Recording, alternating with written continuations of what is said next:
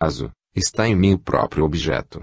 No entanto, se sua imagem não estivesse em minha memória, de modo algum lembraria o significado dessa palavra. Os doentes, ouvindo falar de saúde, não saberiam do que se trata, não fosse o poder da memória a conservar a imagem da ausência da realidade. Falo dos números com que calculamos, e eles se apresentam na memória, não suas imagens, mas os próprios números. Evoco a imagem do sol, e esta se apresenta à minha memória, e não evoco a imagem de uma imagem, mas a própria imagem, disponível em recordação. Falo em memória, e reconheço o que falo, mas de onde o sei, senão da própria memória?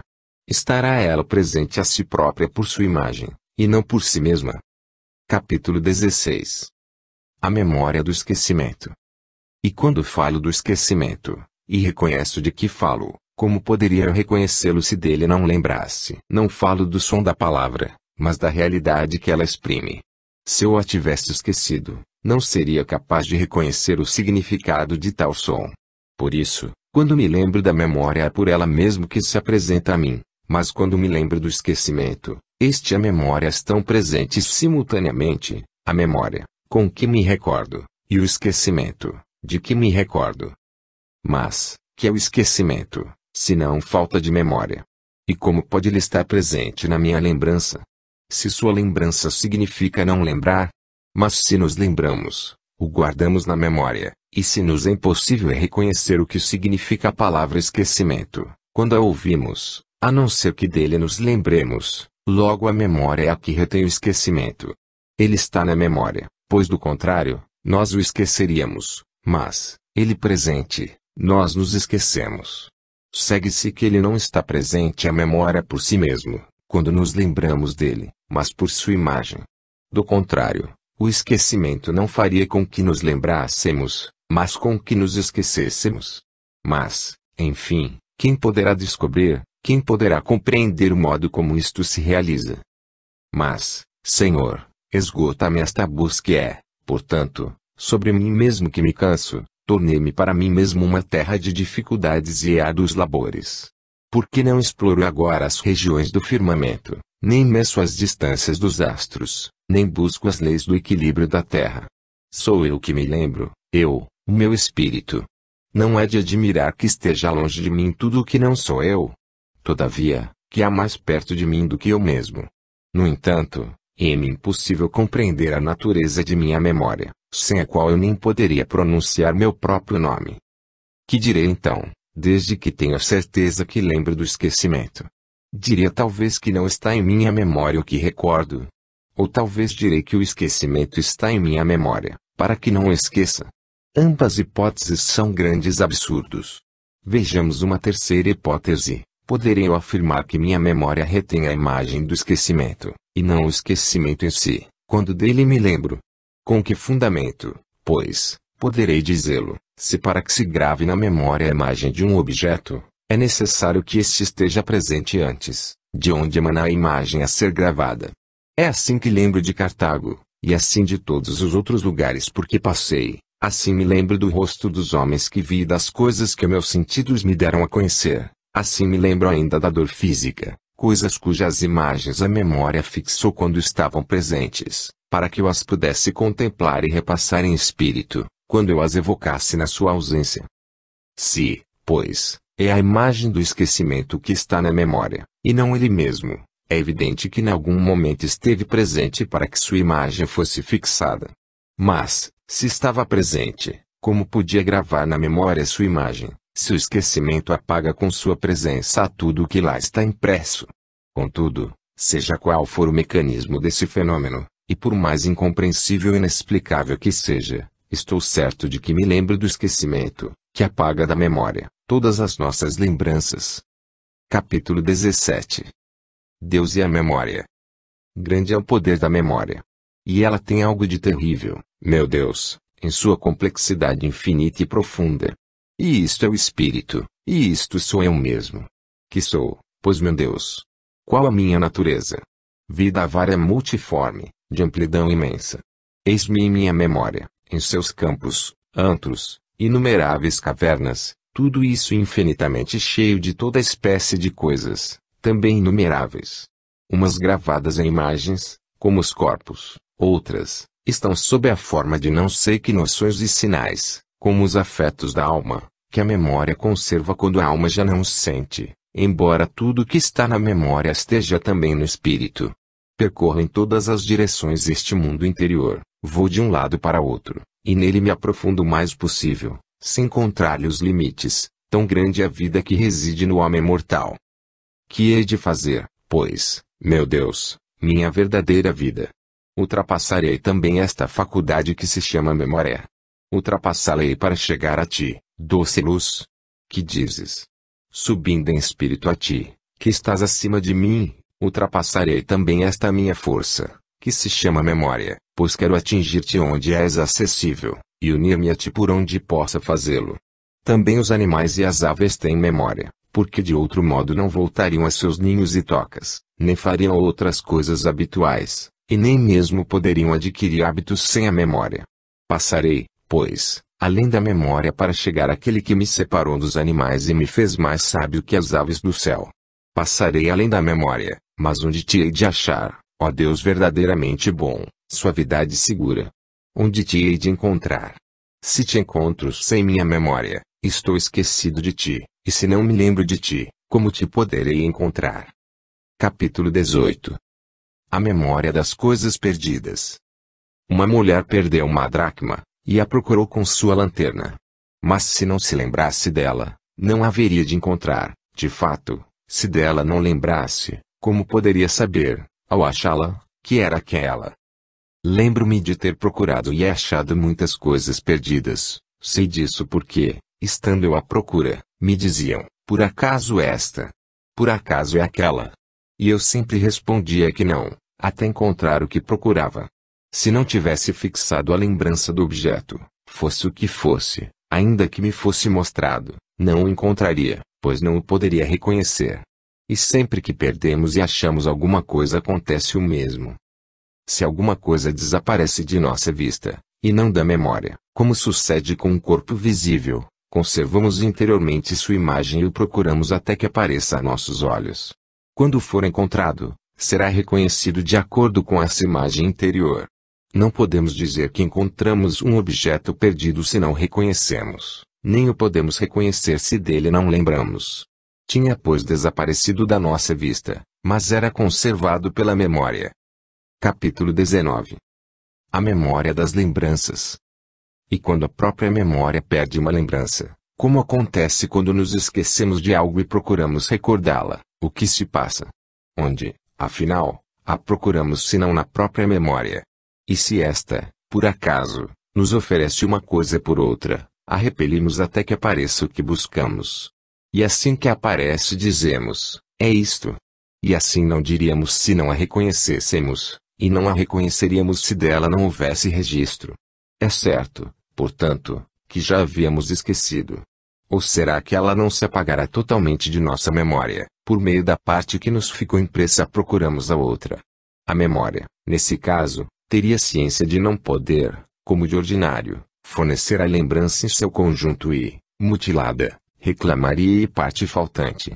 É o que sucede quando vemos uma pessoa conhecida, ou nela pensamos sem poder recordar seu nome. Se outro nome nos apresenta ao espírito, não associamos a tal pessoa, por isso o afastamos, até que se apresente um que concorde com nossa representação habitual da pessoa. Mas de onde nos vem este nome, se não da memória? Mesmo quando nos é sugerido por outrem, é pela memória que reconhecemos, não aceitamos como um conhecimento novo, mas recordando-o, confirmamos ser esse o nome que nos disseram. Se fosse totalmente apagado da alma, nem mesmo avisados o reconheceríamos. Não podemos, pois, afirmar que nos esquecemos completamente daquilo de que nos lembramos ter esquecido. De nenhum modo poderíamos resgatar uma lembrança perdida se seu esquecimento fosse total. Capítulo 20. A memória da felicidade. E como hei de te buscar, Senhor? Quando te procuro, meu Deus, estou à procura da felicidade. Procurar-te-ei para que minha alma viva, porque meu corpo vive de minha alma, e minha alma vive de ti. Como então devo buscar a felicidade? Porque não a possuirei até que possa dizer basta. Como, pois, procurá-la? Talvez pela lembrança, como se a tivesse esquecido, guardando contudo a lembrança do esquecimento. Ou pelo desejo de conhecer algo desconhecido, ou por nunca tê-lo vivido, ou por tê-lo esquecido a ponto de nem ter consciência do seu esquecimento. Mas não será justamente a felicidade que todos querem, sem exceção. E onde a conheceram para desejarem tanto?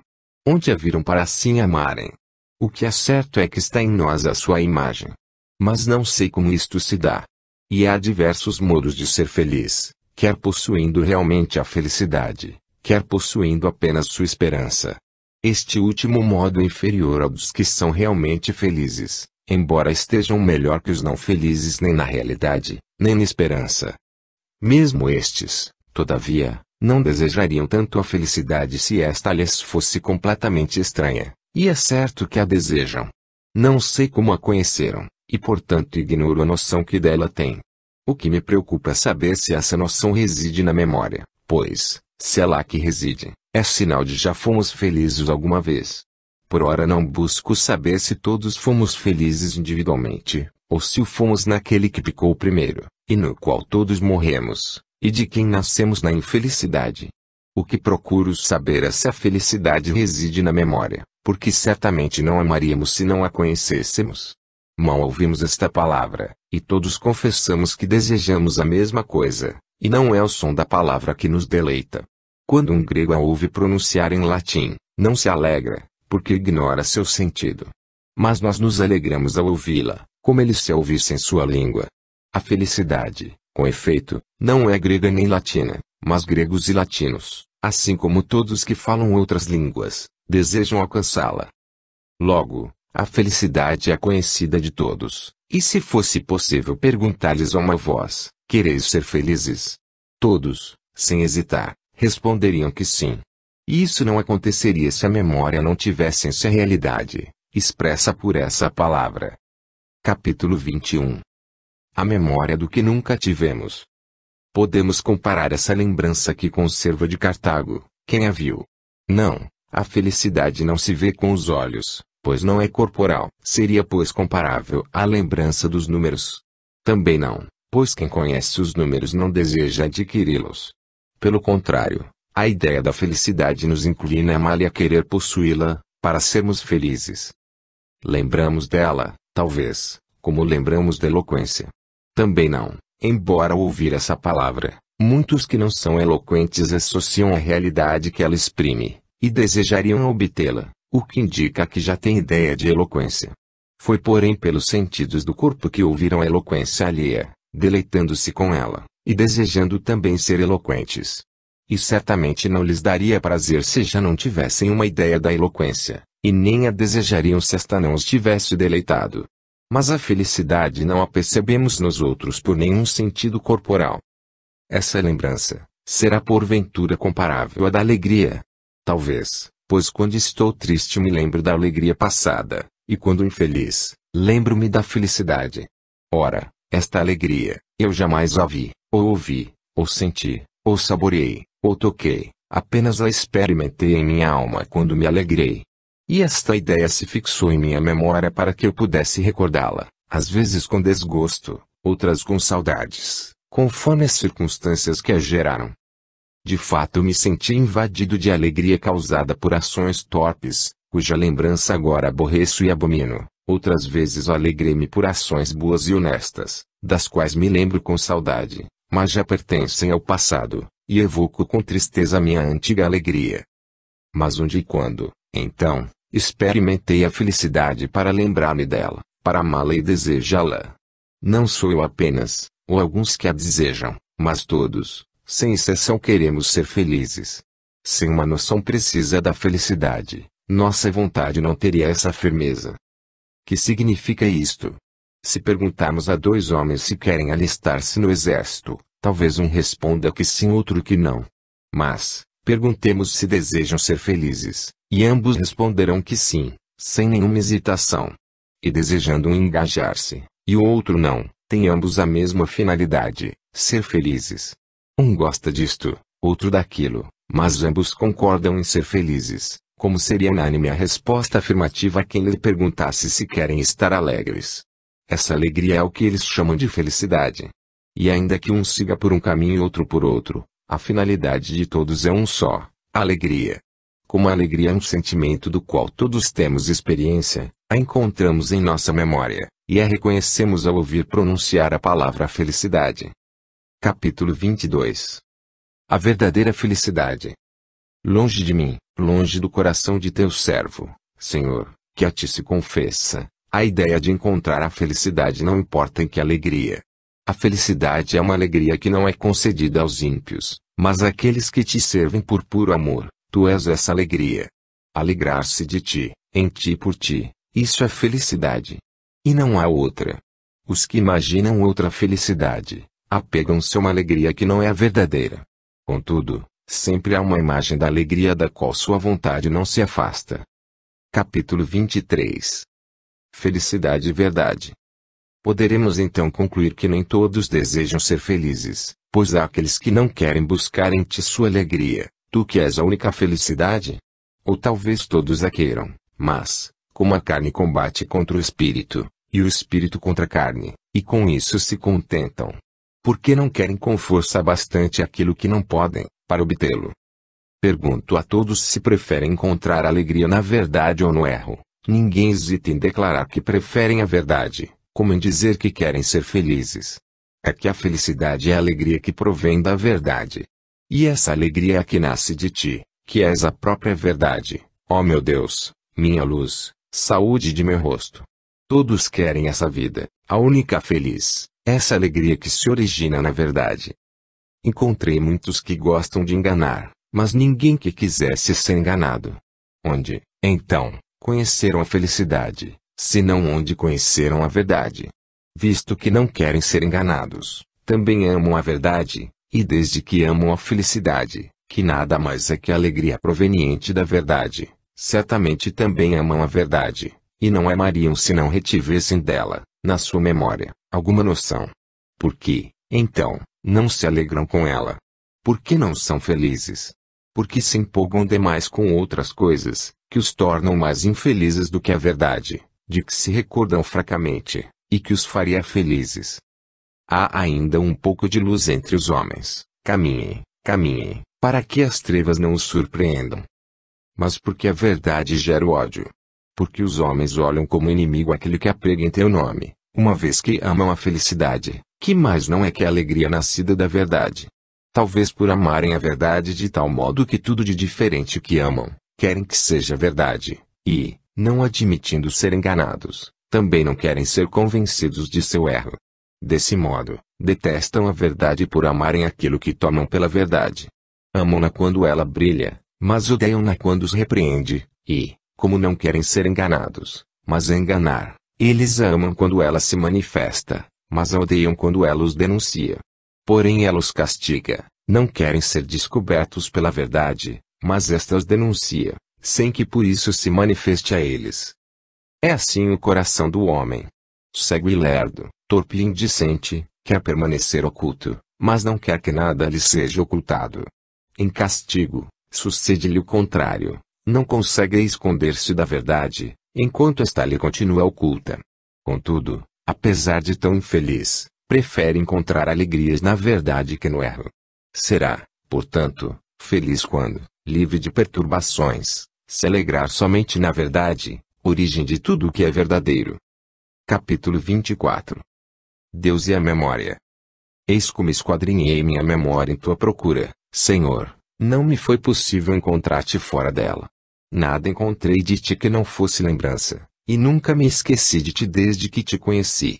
Onde encontrei a verdade, aí encontrei a meu Deus, que é a própria verdade, e desde que aprendi a conhecer a verdade, nunca mais a esqueci. Por isso, desde que te conheço, permaneces em minha memória. É lá que te encontro quando me lembro de ti, quando sou feliz em ti. Estas são as santas delícias que me deste em tua misericórdia, olhando para minha pobreza. Capítulo 25. Recapitulação. Onde habitas em minha memória, Senhor, em que lugar dela estás? Que esconderijo construíste aí? Que santuário aí edificaste para ti? Deste uma honra de morar em minha memória, mas em que parte dela resides? É o que quero agora descobrir. Quando me recordei de ti, ultrapassei aquela região da memória que também os animais possuem, pois não te encontrei entre as imagens dos objetos corpóreos. E cheguei àquela parte onde depositei os afetos de minha alma, mas também aí não te encontrei. Cheguei à morada que meu próprio espírito possui na memória, porque também o espírito lembra de si mesmo, mas nem ali estavas. Isso porque não és imagem corpórea, nem afeto de ser vivo, como a alegria, a tristeza, o desejo, o temor, a lembrança, o esquecimento e outros semelhantes, e nem és meu próprio espírito, porque és o Senhor e Deus do espírito, e tudo isso é mutável, enquanto permaneces imutável e subsistes acima de todas as coisas, e te dignaste habitar em minha memória desde que te conheço. Mas, por que perguntar em que lugar da memória habitas, como se a memória tivesse compartimentos? Certo é que habitas nela desde que te conheço, e é nela que te encontro, quando penso em ti. Capítulo 26. Onde encontrar Deus? Onde, então, te encontrei, para te conhecer. Não estavas ainda em minha memória antes de eu te conhecer. Onde, então, te encontrei, para te conhecer, senão em ti mesmo, acima de mim. No entanto, aí não existe espaço. Quer nos afastemos de ti, quer nos aproximemos, aí não existe espaço algum. Ó verdade, por toda parte assistes aos que te consultam, e respondes ao mesmo tempo a todas essas diversas consultas. Tuas respostas são claras, mas nem para todos. Os homens te consultam sobre o que querem, mas nem sempre ouvem as respostas que querem. Teu servo fiel é o que não pensa em ouvir de ti a resposta que quer, mas em querer a resposta que lhe dás. Capítulo 27. Solilóquio de amor. Tarde te amei, beleza tão antiga e tão nova, tarde te amei. Eis que estavas dentro de mim, e eu lá fora, a te procurar. Eu, disforme, me atirava à beleza das formas que criaste. Estavas comigo, e eu não estava em ti. Retinham-me longe de ti aquilo que nem existiria se não existisse em ti. Tu me chamaste, gritaste por mim, e venceste minha surdez. Brilhaste, e teu esplendor afugentou minha cegueira. Exalaste teu perfume, respirei-o, e suspiro por ti. Eu te saboreei, e agora tenho fome e sede de ti. Tocaste-me, e o desejo de tua paz me inflama. Capítulo 28. A vida do homem.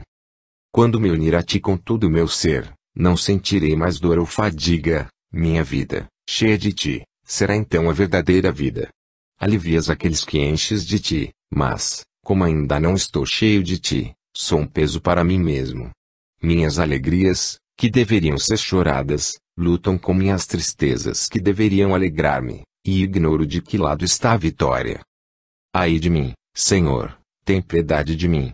As tristezas do meu mal lutam com minhas santas alegrias, e eu não sei de que lado está a vitória.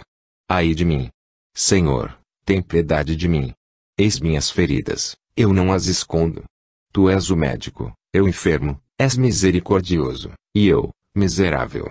Não é contínua tentação a vida do homem sobre a terra? Quem quer aborrecimentos e dificuldades? Mandas que os suportemos, e não que os amemos. Ninguém ama o que tolera, ainda que goste de o tolerar, e mesmo que alguém se alegre em tolerar, preferiria nada ter que suportar. Na adversidade, desejo a prosperidade, e na prosperidade temo a adversidade. Entre estes dois extremos, qual será o termo médio onde a vida humana não seja tentação? Ai das prosperidades do século, onde se receia a adversidade e a alegria corrompida. Ai das adversidades do século, uma, duas, três vezes ai. Pelo desejo da prosperidade, por ser dura a adversidade, e pelo temor que vença nossa paciência. A vida do homem sobre a terra não é pois uma contínua tentação? Capítulo 29. Esperança em Deus. Só na grandeza da tua misericórdia coloco toda a minha esperança. Dai-me o que me ordenas e ordena-me o que quiserdes. Mandas que sejamos castos. Sabendo, diz um sábio, que ninguém pode ser casto se Deus não lhe der este dom, já é sabedoria saber de quem procede este dom. A continência reúne os elementos de nossa pessoa, reconduz-nos à unidade que perdemos dispersando-nos por tantas criaturas. Pouco te ama quem te ama juntamente com alguma criatura, e não a ama por tua causa. Ó amor, que sempre ardes e jamais te extingues. Ó caridade, meu Deus, inflama-me. Ordena-me a continência. Dá-me o que mandas, e ordena o que quiseres. Capítulo 30. Sonho e voluptuosidade. Ordenas que me abstenha da concupiscência da carne, da concupiscência dos olhos e da ambição do século. Proibiste as uniões luxuriosas, e embora tenhas permitido o casamento, ensinaste que é um estado bem melhor. Pela tua graça, optei por esse estado, antes mesmo de me tornar dispensador de teu sacramento. Mas em minha memória, de que falei longamente, vivem ainda as imagens dessas voluptuosidades que meus costumes de outrora ali gravaram.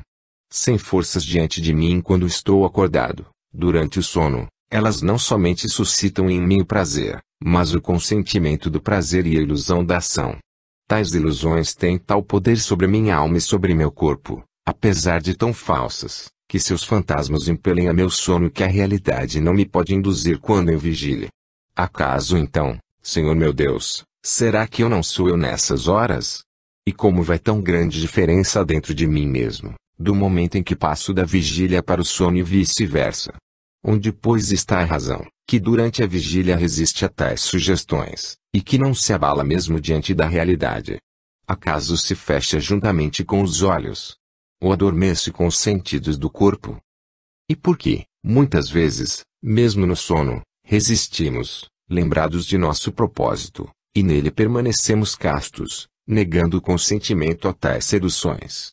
Todavia, a diferença é tanta que, no caso de não resistir durante o sono, ao acordar voltamos a encontrar a paz de consciência, e a própria diferença entre os dois estados indica que não fomos nós que fizemos aquilo, e lamentamos o que se fez em nós. Senhor onipotente, não poderia tua mão curar todas as enfermidades de minha alma, abolindo também, com maior abundância de graça, os movimentos lascivos de meu sono? Cada vez mais multiplica, Senhor, o número de tuas bondades para comigo, para que minha alma, livre do vício da concupiscência, siga até chegar a ti. Para que não seja rebelde, nem mesmo durante o sono, para que, pelo estímulo de imagens bestiais, não só não cometa essas torpezas degradantes até a lascívia carnal, mas que nem mesmo consinta nisso.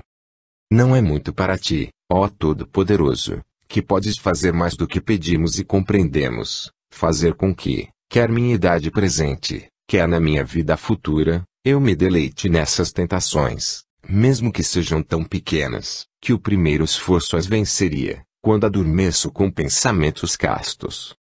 Agora digo exultando ao meu Senhor em que estado me encontro neste gênero de pecado, com tremor pelos dons que já me concedeste, e gemendo pelas minhas imperfeições.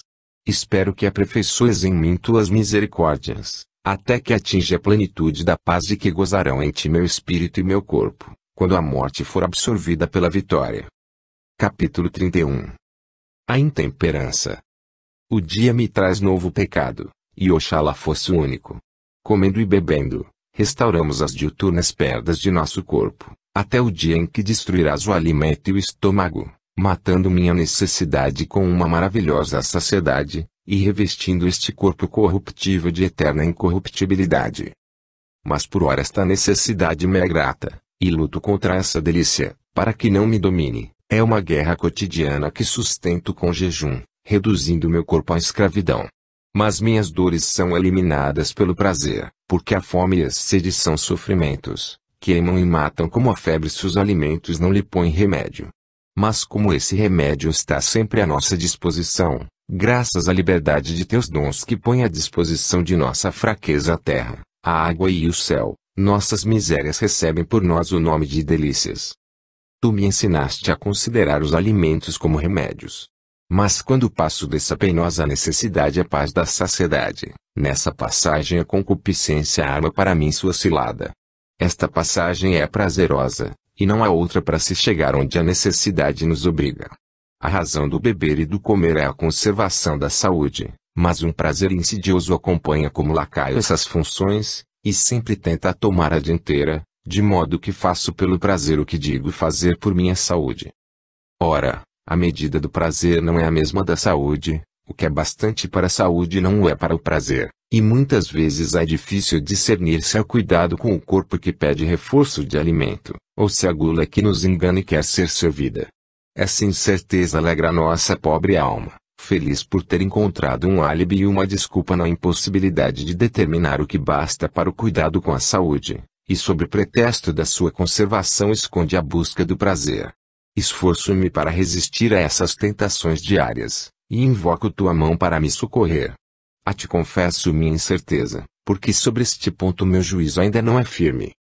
Ouço a voz de meu Deus que ordena: não se façam pesados vossos corações com a intemperança e embriaguez. A embriaguez está longe de mim, que tua misericórdia não a deixe se aproximar.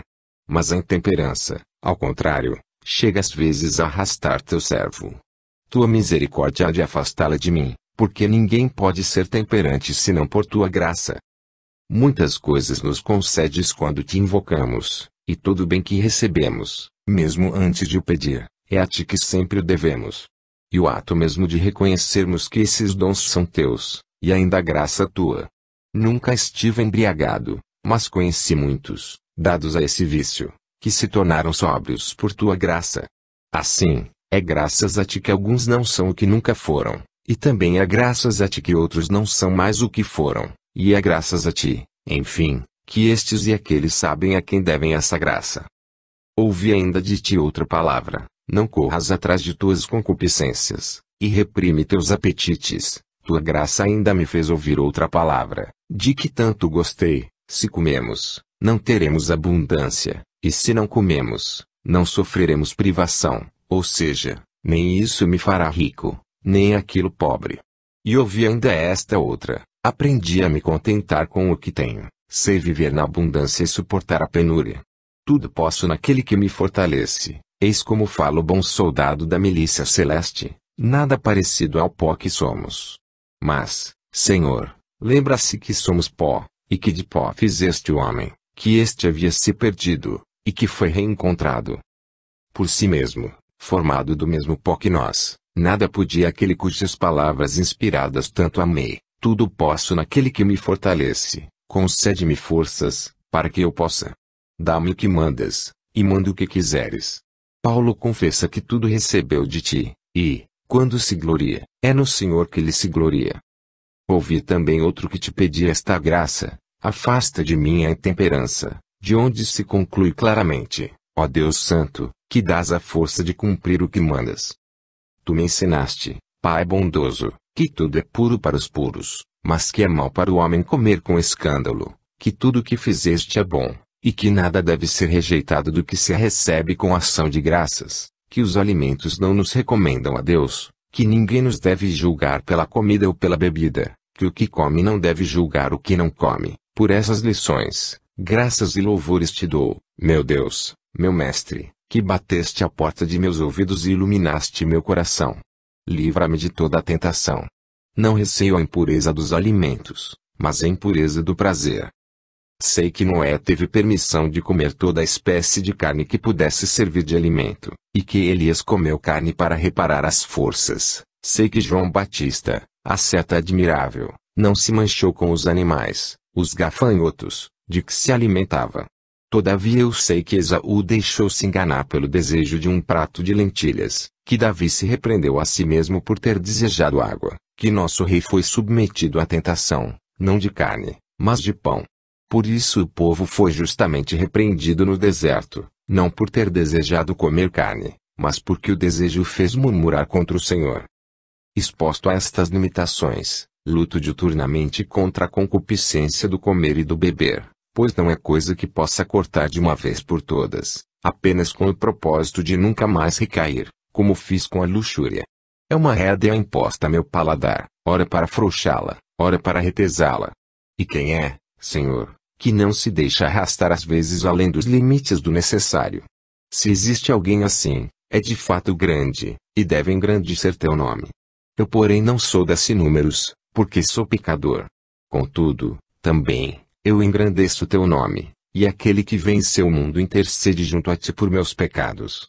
Conta-me entre os membros enfermos de seu corpo, porque teus olhos viram minhas imperfeições e porque todos serão inscritos em teu livro.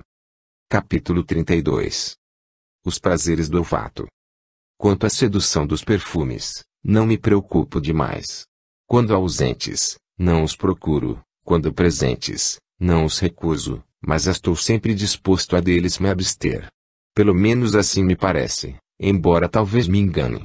Trevas deploráveis me envolvem, que me escondem minhas faculdades reais. Por isso, quando meu espírito indaga a respeito de suas forças, bem sabe que não pode confiar em si mesmo, por seu íntimo permanecer muitas vezes insondável, até que a experiência lhe o manifeste. Ninguém pois se deve ter seguro nesta vida, que é a tentação perpétua. Pois, como podemos nos tornar melhores, não aconteça de nos tornar piores. Nossa única esperança, nossa única confiança, nossa firme promessa é tua misericórdia. Capítulo 33. Os prazeres do ouvido. Os prazeres do ouvido me prendem e me subjugam com mais força, mas tu me desligaste, me libertaste. Agradam-me ainda, eu confesso, os cânticos que tuas palavras vivificam, quando executados por voz suave e artística, todavia eles não me prendem, e dele posso me desvencilhar quando quero. Para sentarem no meu íntimo, em companhia com os pensamentos que lhe dão vida, buscam em meu coração um lugar de dignidade, mas eu me esforço ou me ofereço para ceder-lhes só um lugar conveniente. Às vezes parece-me tributar-lhe mais atenção do que devia, sinto que tuas palavras santas, acompanhadas do canto, me inflamam de piedade mais devota e mais ardente do que se fossem cantadas de outro modo. Sinto que as emoções da alma encontram na voz e no canto, conforme suas peculiaridades, seu modo de expressão próprio, um misterioso estímulo de afinidade. Mas o prazer dos sentidos, que não deveria seduzir o espírito, muitas vezes me engana. Os sentidos não se limitam a seguir, humildemente, a razão, o mesmo tendo sido admitidos graças a ela, buscam precedê-la e conduzi-la. É nisso que peco sem o sentir, embora depois o perceba.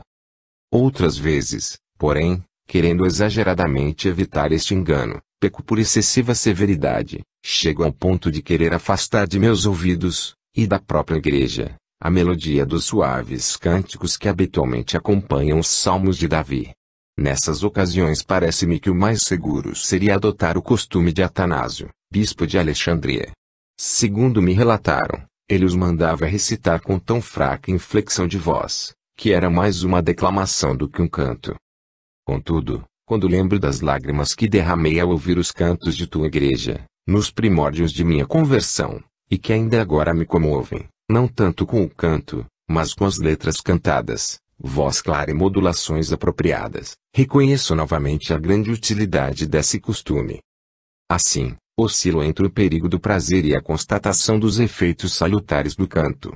Por isso, sem emitir juízo definitivo, inclino-me a provar o costume de cantar na igreja, para que, pelo prazer do ouvido, a alma ainda muito fraca, se eleve aos sentimentos de piedade. E quando me comovem mais os cantos do que as palavras cantadas, confesso meu pecado e mereço penitência, e então preferiria não ouvir cantar. Eis em que estado me encontro. Chorai comigo, e chorai por mim, vós que alimentais no coração a virtude, fonte de boas obras. Porque vós, a quem isso não afeta, sois insensíveis a tudo isso.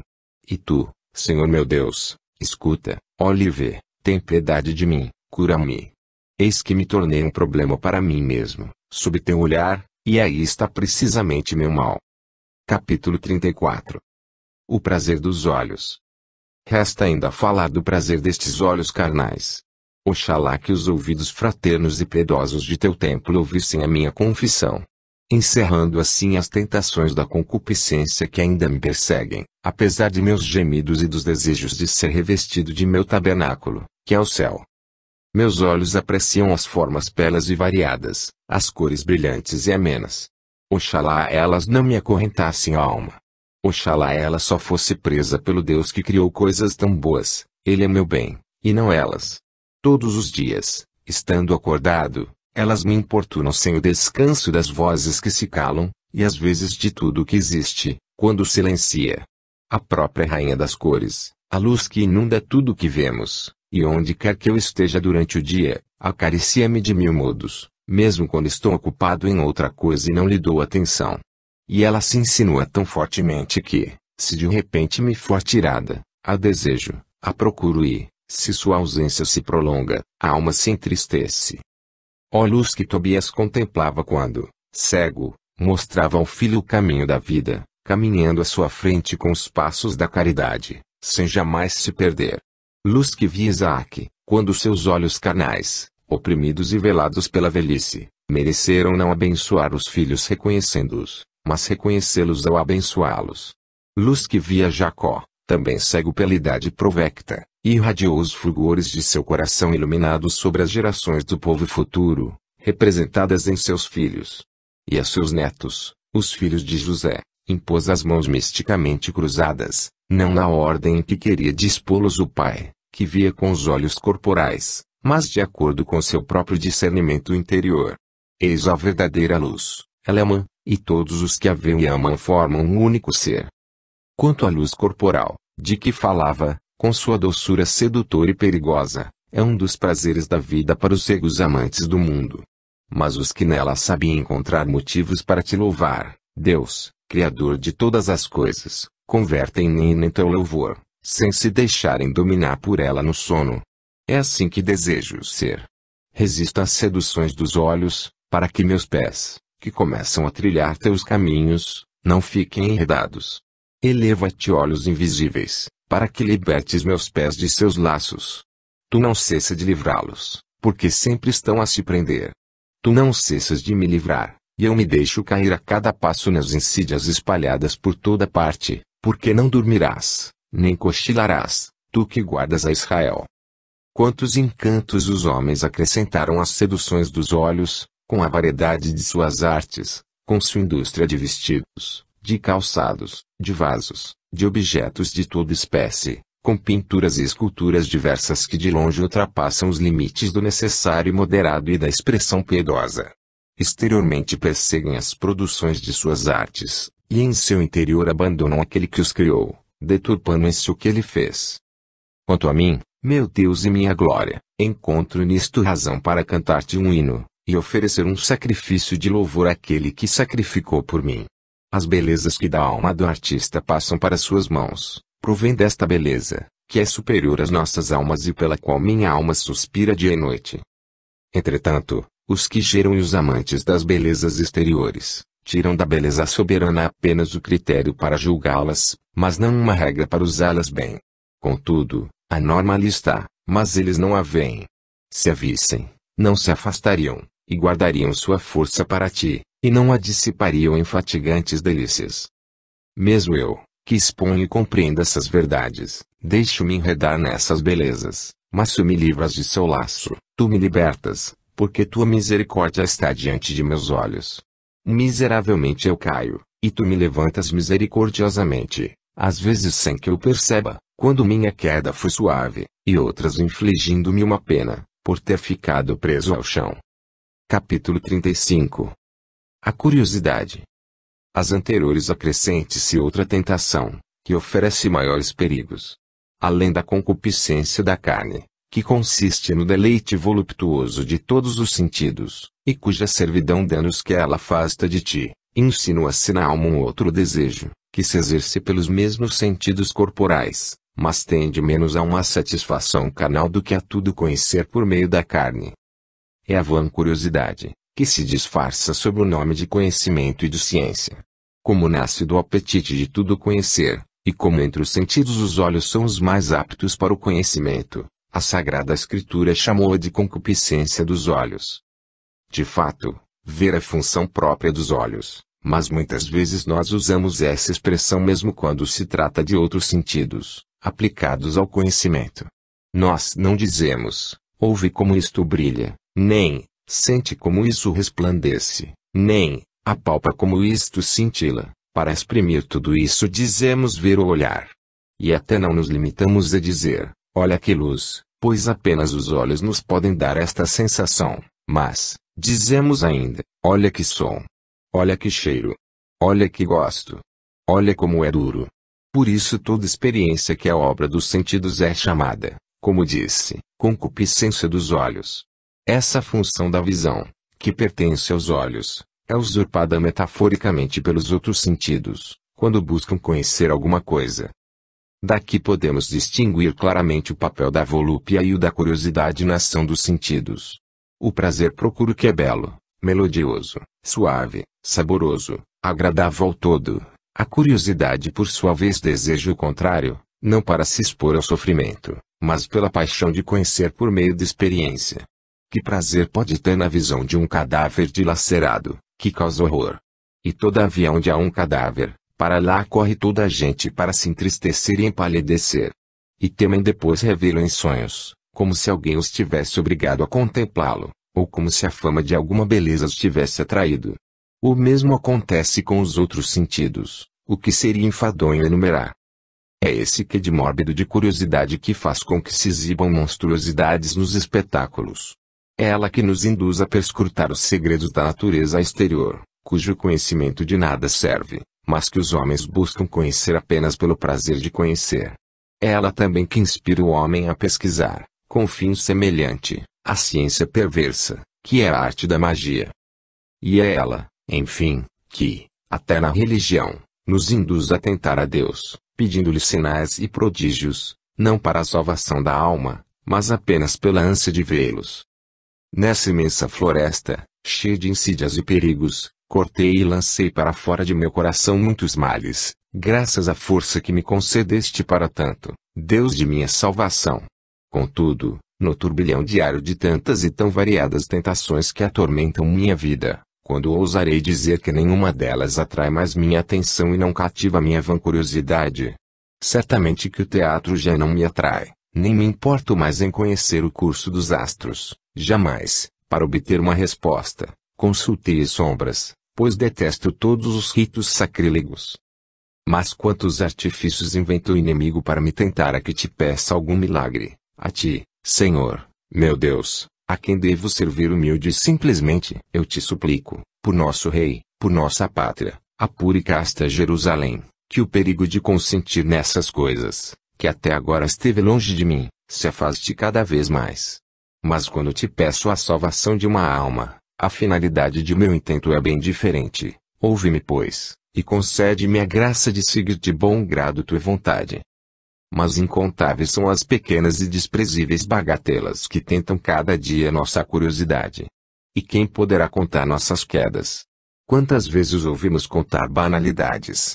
Toleramo-las, de início, para não magoar os fracos, e depois, aos poucos, ouvimo-las com atenção sempre crescente.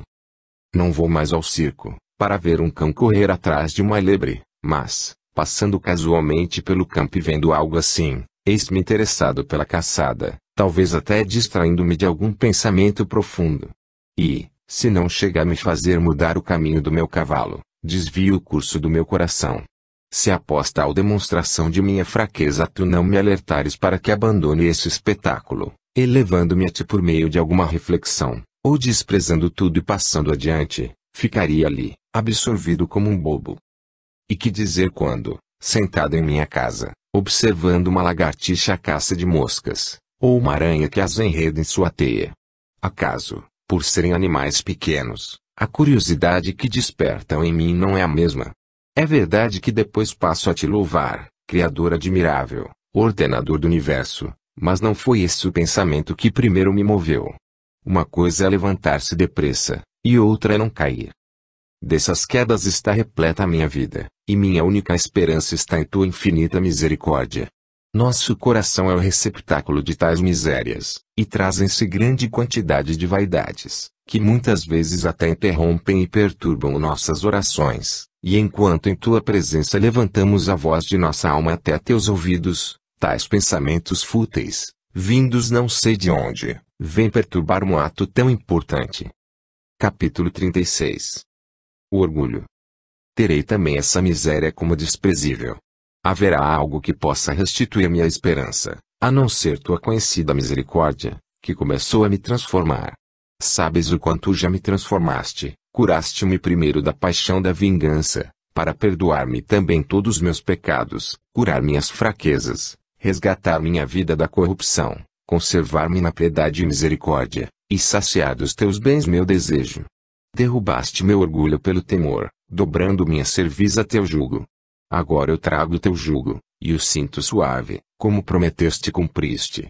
Na verdade, teu jugo já era suave, mas eu não sabia quando receava tomá-lo sobre mim. Mas, Senhor, tu és o único que sabe mandar sem orgulho, porque és o único Senhor verdadeiro, que não tem senhor. Diga-me, terá cessado em mim, se isso pode acontecer nesta vida, esta terceira espécie de tentação, que consiste em querer ser temido e amado pelos homens, com o único fim de obter uma alegria que não é alegria. Que vida miserável, que arrogância indigna. Aí está o principal motivo por que não te amamos e tememos piamente. Por isso resistes aos soberbos, enquanto dás tua graça aos humildes. Trovejas contra as ambições do mundo, e faz abalar as montanhas até suas raízes. Ora, como é necessário, para se adequar à sociedade, fazer-se amar e temer pelos homens, o inimigo de nossa verdadeira felicidade nos alicia, e por toda parte semeia seus laços gritando, bravo. Muito bem, para que, ávidos, recolhamos as lisonjas e nos deixemos incautamente enredar. Seu intento é que deixemos de encontrar nossa alegria na verdade, para buscá-la na mentira dos homens. Estimula em nós o prazer em nos fazer temer e amar, não pelo teu amor, mas em teu lugar. Com isso nos tornamos semelhantes a ele, não unidos na caridade, mas partilhando de suas penas. Ele quis fixar sua morada no Aquilão, vento gelado do norte, para que nós, nas trevas e no frio, servíssemos o perverso e sinuoso imitador de teu poder. Nós, Senhor, somos teu pequeno rebanho, sê nosso dono. Estende tuas asas, para nosso refúgio. Sê nossa glória, que nos amem por tua causa, e que tua palavra seja observada por nós. Quem busca o louvor dos homens, quando tu reprovas, não será por estes defendido quando julgares, nem poderá subtrair a tua condenação. Mas quando não se louvam pecados pelos desejos de sua alma, nem se abençoa quem pratica iniquidades, mas te louva um homem pelos dons que lhe concedeste, se ele se compraz mais no louvor do que no dom que lhe atrai os louvores, tu reprovas, a despeito dos louvores que recebe dos homens. E quem o louva é melhor do que é louvado, porque um se agradou com o dom de Deus, e o outro alegrou-se com o dom do homem. Capítulo 37. A tentação do orgulho. Todos os dias somos acometidos por estas tentações, Senhor, somos tentados sem trégua. Os louvores dos homens são a fornalha onde todos os dias somos postos à prova. Também nisso mandas que sejamos continentes. Concede-nos o que mandas, e manda o que quiseres. A esse respeito, conheces os lamentos que meu coração te dirige, e os rios de lágrimas que brotam de meus olhos. É-me difícil distinguir o quanto estou purificado dessa peste. Tenho muito medo de minhas faltas ocultas, que teus olhos conhecem, e os meus ignoram. Nos outros gêneros de tentação, tenho recursos para me examinar, mas quanto a este, quase nenhum. Posso avaliar o quanto dominei a minha alma a respeito dos prazeres da carne e das vãs curiosidades, quando me vejo privado de tais coisas por minha vontade ou por necessidade. Então me indago se é a pena maior ou menor o ver-me privado desses dons. Quanto à riqueza, ambicionada apenas para satisfazer a uma, duas ou todas as três paixões, no caso em que a alma não perceba se as despreza quando as possui, depende só dela renunciar a elas para provar seu desapego. Todavia, para nos privar dos louvores e provar nosso poder sobre eles, será talvez necessário levar uma vida má, infame, horrível, a ponto de ninguém nos conhecer sem nos detestar. Pode-se dizer ou conceber maior insanidade? Seu louvor deve habitualmente acompanhar uma vida boa e de boas obras, não será por isso que deveremos abandonar a vida exemplar. Contudo, para distinguir se a privação de um bem é indiferente ou penosa, é preciso que me prive desse bem. Então, Senhor, que devo confessar-te quanto a tais tentações? Que tenho em grande apreço e louvor. Mas agrada-me mais a verdade. Pois, se tivesse que escolher entre duas situações, ser louvado pela minha loucura ou por meus erros ou ser escarnecido por todos pela minha firme certeza da verdade, bem sei o que escolheria. Contudo, não gostaria que a aprovação alheia aumentasse para mim a alegria que sinto pelo pouco bem que faço. Mas tenho de te confessar que não só o louvor aumenta, mas também que o vitupério diminui. Quando me sinto perturbado por essa miséria, uma desculpa surge em mim. Só tu sabes, Senhor, se ela é válida, porque a mim me deixa perplexo. De fato, não nos ordenaste apenas a continência, que nos ensina a afastar certas coisas de nós, mas também a justiça, que direciona nosso amor. Não quiseste que amássemos somente a ti, mas também o nosso próximo. Ora, às vezes me parece que é o aproveitamento e as esperanças de que o próximo dá mostra que me encantam, quando me regozijo com um elogio inteligente, e que, pelo contrário, é sua maldade que me entristece quando ouço censurar o que ignora ou o que é bom. Às vezes também me entristeço com os elogios que me fazem, quando louvam em mim qualidades que me desagradam, ou quando dão muita importância a qualidades medíocres e secundárias. Mas, repito, como saber se o desagrado não provém de minha repugnância pelo louvor que destoa do meu juízo a respeito de mim mesmo, não que seu interesse me preocupe, mas pelo maior agrado que sinto quando o bem que amo em mim é amado pelos outros. De algum modo, não me considero louvado quando o elogio contradiz a opinião que tenho de mim mesmo, quer em como seja para o que me desagrada, quer exagerando o valor do que pouco me agrada. Serei, pois, sobre isso tudo um enigma para mim mesmo. Mas é em ti, ó verdade, que percebo que devo me alegrar com os louvores que me dirigem, não em meu interesse, mas no interesse do próximo. Não sei se é este o meu caso, pois neste assunto me conheces melhor do que eu mesmo. Suplico-te, meu Deus, que me dês a conhecer a mim mesmo, para que eu possa confessar a meus irmãos, dispostos a orar por mim, as chagas que acharem em mim. Faze que me examine com mais diligência. Se for de fato o bem do próximo que me alegra quando me louvam, porque sou menos sensível ao vitupério injustamente feito a outro, do que se fosse a mim. Porque o aguilhão da injúria me faz sofrer mais do que injúria igualmente injusta feita a uma outra pessoa diante de mim. Acaso também ignoro isto? Deveria então concluir que me iludo, e que meu coração e minha língua burlam diante de ti a verdade. Afasta de mim, Senhor, esta loucura, para que minhas palavras não sejam para mim óleo de pecador para ungir minha cabeça. Capítulo 38. A vanglória. Sou pobre e necessitado, e só melhoro quando, com gemidos íntimos e com desagrado de mim mesmo, busco tua misericórdia, até que minha indigência seja reparada e sanada com a paz que o olho soberbo ignora. Todavia, as palavras de nossa boca, ou nossos atos conhecidos dos homens, encerram uma tentação muito perigosa, filha do amor dos louvores que, para nos iludir com certa excelência, recolhe e mendiga os aplausos alheios. A vanglória me tenta até quando a critico em mim, e é por isso mesmo que eu a desaprovo. Muitas vezes, por excesso de vaidade, há quem se glorie até mesmo do desprezo da vanglória, mas de fato não é mais do desprezo da vanglória que se orgulha, porque ninguém a despreza quando se gloria de a desprezar. Capítulo 39. O amor próprio. Há ainda entre nós, profundamente assentada, outra tentação do mesmo gênero, que torna vãos aqueles que se comprazem de si mesmos, ainda que não agradem aos outros, ou até lhes desagradem, ou sequer procuram lhes agradar. E quanto mais enfatuados estejam consigo mesmos, mais desagradam a ti, não só ao se gloriarem dos males como se fossem bens, mas sobretudo quando se gloriam de teus bens como se fossem deles, ou quando, reconhecendo-os em si, eles os atribuem a seus merecimentos, ou ainda quando, atribuindo-os à tua graça, eles não os gozam amigavelmente com os demais, gestando ciúmes e inveja.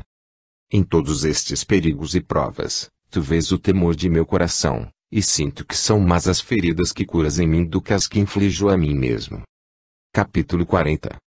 A procura de Deus. Quando deixaste de me acompanhar, ó verdade, para me ensinar o que eu devia evitar ou procurar, sempre te consultei, a te submetendo, dentro da minha limitação, meus medíocres pontos de vista. Percorri com os sentidos, como pude, o mundo exterior. Observei a vida de meu corpo e os meus próprios sentidos. Depois adentrei nas profundezas da memória em seus múltiplos domínios, tão maravilhosamente repletos de inúmeras riquezas. Observei tudo isso, estupefato. Sem teu auxílio nada poderia distinguir, mas reconheci que nada disto eras tu. Nem era eu o descobridor de todas essas coisas, me esforcei para distingui-las e avaliá-las em seu devido valor, recebendo-o através dos sentidos e interrogando-as. Senti outras coisas unidas a mim, e as examinei, assim como aos sentidos que mais traziam, Revolvi as vastas reservas da memória, analisando certas lembranças, guardando umas e trazendo outras à luz. Porque tu és a luz permanente que eu consultava sobre a existência, o valor e a qualidade de todas as coisas, e eu ouvia teus ensinamentos e tuas ordens. Costumo fazê-lo muitas vezes